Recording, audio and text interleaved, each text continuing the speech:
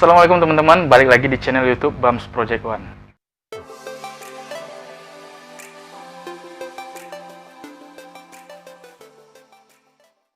Banyak yang menanyakan kepada saya bagaimana sih caranya membuat sebuah cover lagu itu, ya seperti video-video yang pernah saya upload di YouTube. Di video kali ini saya akan menunjukkan bagaimana cara saya membuat sebuah cover lagu, ya tentunya dengan teknik rekaman. Nah, jika teman-teman ingin mengikuti cara ini, teman-teman bisa tonton video ini sampai habis. Langsung saja, alat-alat yang biasa saya gunakan saat membuat recording adalah tentu saja mikrofon. Ini adalah mikrofon jenis dynamic. Oke, jadi mikrofon itu ada dua jenis. Yang pertama dynamic, yang kedua adalah condenser. Nah, bagaimana bedanya? Teman-teman bisa cari tahu sendiri. Oke, yang kedua yang saya gunakan adalah instrumen. Instrumen yang saya gunakan tentu saja adalah gitar. Nah, di pojokan sana, kalau teman-teman lihat, itu adalah gitar yang sering saya gunakan untuk membuat sebuah recording atau sebuah rekaman. Yang paling penting adalah ini. Ini sebenarnya tidak wajib sih, tapi kalau teman-teman ingin menghasilkan audio yang lebih bagus, teman-teman harus punya yang namanya sound card. Sound card yang saya gunakan adalah sound card Behringer. Nah, ini masih harganya masih di bawah 1 jutaan. Oke, langsung saja kita set bagaimana cara saya membuat sebuah rekaman lagu. Oke, yang pertama ini adalah mikrofon. Mikrofon ini tentu harus ada kabel. Nah, ini kabel yang saya gunakan adalah kabel XLR. Oke, langsung saja kita aktifkan. Ini saya hubungkan ke mikrofon.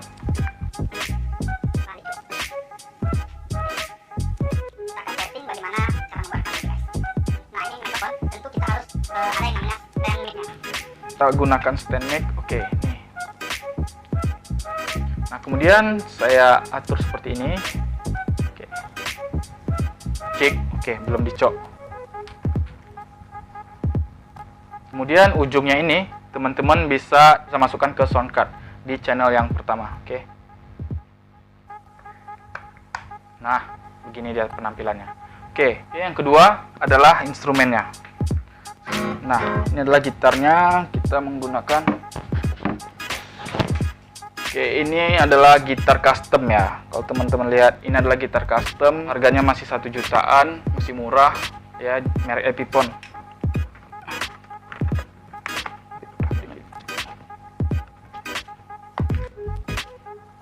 Nah, dan kabel yang ini kita masukkan ke sound card-nya juga di channel yang kedua. Oke. Nah, setelah itu udah aktif. Nah, oke, setelah semuanya terpasang, kemudian, nah ini adalah kabel USB yang dari sound card kita masukkan ke laptop. Kita hubungkan dulu sound card-nya ke laptop dengan menggunakan kabel USB. Oke. Nah, setelah semuanya selesai, kita langsung masuk ke softwarenya. Software yang saya gunakan adalah FL Studio 12. Kalau teman-teman ingin download, nanti linknya saya taruh di deskripsi, oke? Nah, langsung saja kita buka software FL Studio ini.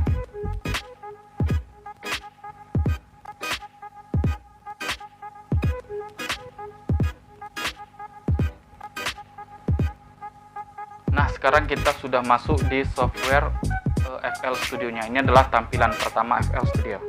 Oke, ada yang lupa. Sebelum itu, kita harus punya alat untuk memonitor rekaman kita, yaitu menggunakan headphone. Kebetulan headphone yang biasa saya gunakan rusak, jadi saya menggunakan headset ini dulu, guys. Oke, kita tinggal masukkan. Saya mengambil outputnya dari laptop.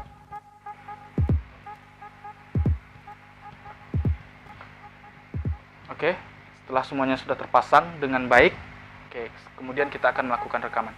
Nah, ini adalah tampilan pertama ketika teman-teman membuka FL Studio 12. Nah, oke, kalau tampilan seperti ini, kalau teman-teman baru mendownload, teman-teman bisa pergi ke kiri atas. Di situ ada bacanya File, Edit, Add, Patterns, View, Option, dan Tools. Teman-teman klik dulu Option. Oke, kemudian audio settingnya teman-teman atur. Nah, di sini ada MIDI, audio, general, file, project, info, dan sebagainya. Teman-teman klik audio.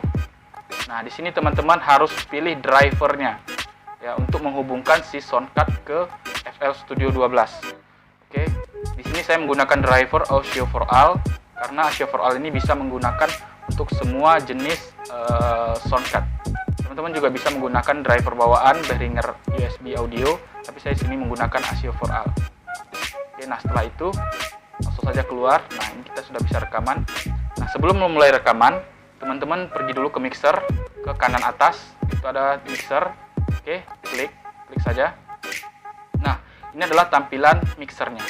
Teman-teman harus masukkan dulu nih gitar dan juga mikrofonnya ke mixernya. Nah, caranya adalah klik dulu. Teman-teman bisa masukkan di insert 1, 2, 3, 4 bebas. Sini saya contohkan di insert 1. Oke, teman-teman pergi ke kanan. Di situ teman-teman gunakan Behringer USB audio 1. Karena tadi kita menggunakan audionya untuk vokalnya adalah di channel pertama. Oke. Nah, kita cek dulu ya apakah sudah masuk. Cek, cek, cek. Nah, ini artinya mikrofon sudah masuk. Tandanya adalah sinyalnya sudah mulai naik. Cek, cek 1. Oke, sini sudah masuk sinyalnya, berarti mikrofon sudah aktif. Oke. Kemudian gitarnya akan kita aktifkan. Oke, kita pergi ke insert 2. Kita ganti ke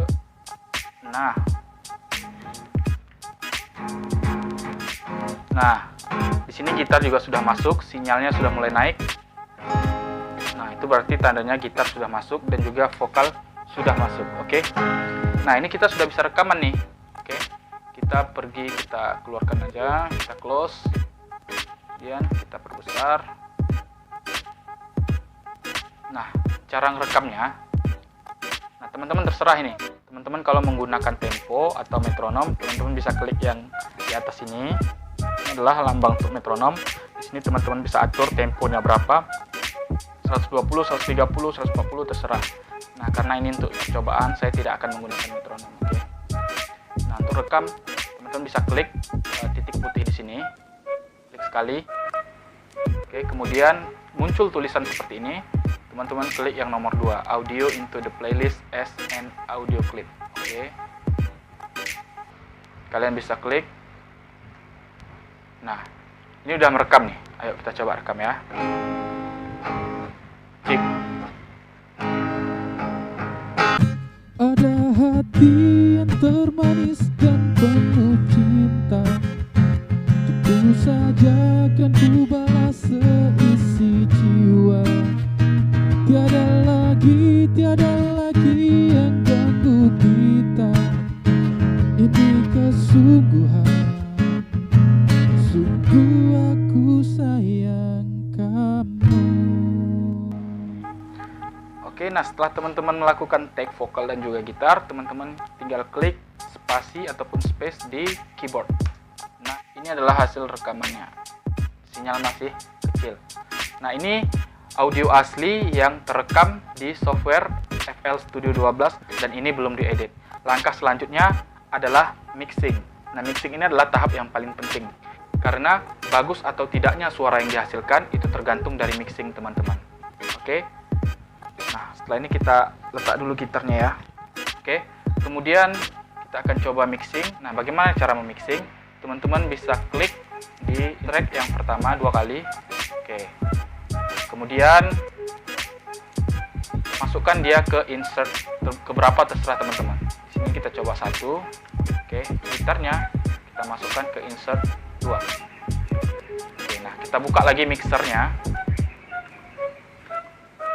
Kita buka mixernya. Oke, kita dengarkan. Oke, kita dengarkan dulu ya hasilnya yang belum di mixing. Tentu saja kan ku balas seisi jiwa. Tiada lagi yang ganggu kita. Ini kesungguhan, Ini adalah hasil rekaman tadi. sungguh aku sayang kamu.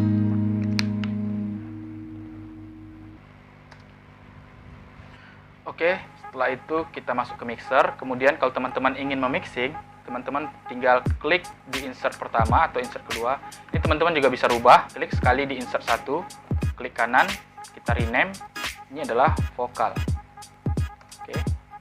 Kedua, klik kanan, rename. Kita kasih gitar. Nah, ini adalah track vokal dan juga gitar yang sudah terpisah. Oke. Jadi Jadi teman-teman kalau ingin memixing, klik aja insert yang pertama, vokal, dan matikan insert gitarnya. Nah, ketika teman-teman dengarkan, klik aja space. Ketika teman-teman dengarkan, maka yang hidup hanya suara vokal. Ya. Kalau saya biasanya saya matikan, kenapa? Karena supaya ketika saya memixing vokal itu tidak terganggu dengan suara gitarnya. Makanya saya matikan. Kemudian kita klik insert pertama. Di sebelah kanan ada itu slot 1 sampai slot 10, itu adalah slot-slot untuk teman-teman memberi efeknya. Oke. Teman-teman tinggal klik di slot pertama. Oke, nah di sini akan muncul seperti ini.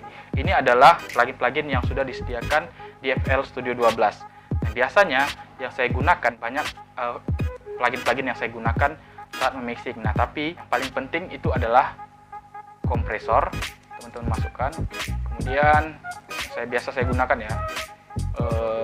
Kompresor, Fruity Parametric EQ2 juga penting. Kemudian yang ketiga, reverb. Nah, reverb ini membuat suara teman-teman seperti berada di sebuah ruangan. Lebih bagus lah istilahnya, memberikan efek reverb itu. Oke. Kemudian saya juga memberikan Fruity Delay. Kemudian saya gunakan Fruity Multi Kompresor. Dan yang terakhir adalah yang biasa saya gunakan Fruity Limiter. Oke. Nah, ini adalah efek-efek yang biasa saya gunakan. Nanti teman-teman tinggal setting aja, terserah teman-teman, itu sesuai dengan pendengaran teman-teman ketika melakukan mixing. Nah, ini adalah efek-efek yang biasa saya gunakan. Oke, kita play dulu. Sambil kita buka efek-efeknya. Kompresor kita buka. Ini biasanya untuk mengkompres suara-suara yang berlebihan. Oke. Nah, teman-teman tidak bisa meniru bagaimana cara saya setting rekaman ini, karena setiap karakter vokal itu pasti berbeda-beda. Ini saya coba aja ya. Oke, seperti ini. Kemudian EQ-nya kita dengarkan lagi.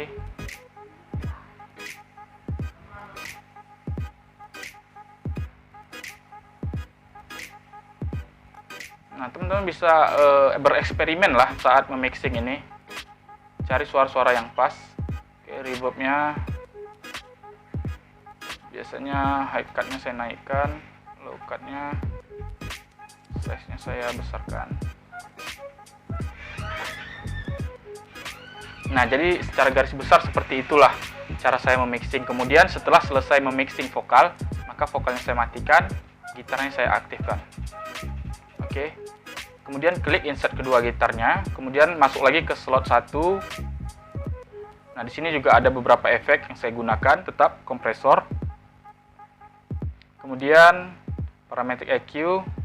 Kalau gitar saya tidak terlalu banyak menggunakan efek ya. Kemudian reverb dan juga Fruity Chorus.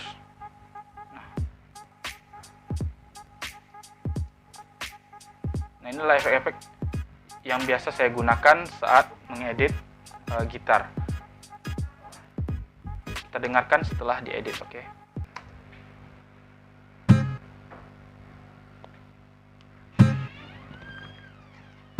Ada hati yang termanis dan penuh cinta, tentu saja kan ku balas seisi jiwa. Tiada lagi yang ganggu kita. Ini kesungguhan, sungguh aku sayang kamu. Oke, ini adalah hasil yang sudah di mixing, tapi ini masih kasar ya. Tapi ya untuk percobaan lah, boleh lah. Oke, nah ini setelah selesai mixing, teman-teman ingin save, maka teman-teman pergi ke file, pojok kiri atas, klik file, kemudian cari tulisannya export. Nah, ini kalian ekspor ke MP3. Nah, oke, kalian bisa namain apa saja terserah. Contohnya kita kasih apa ya, tes rekaman. Oke, kalian namakan.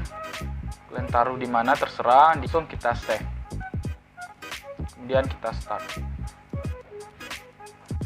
Nah, tinggal menunggu hasil selesai diekspor. Setelah itu selesai.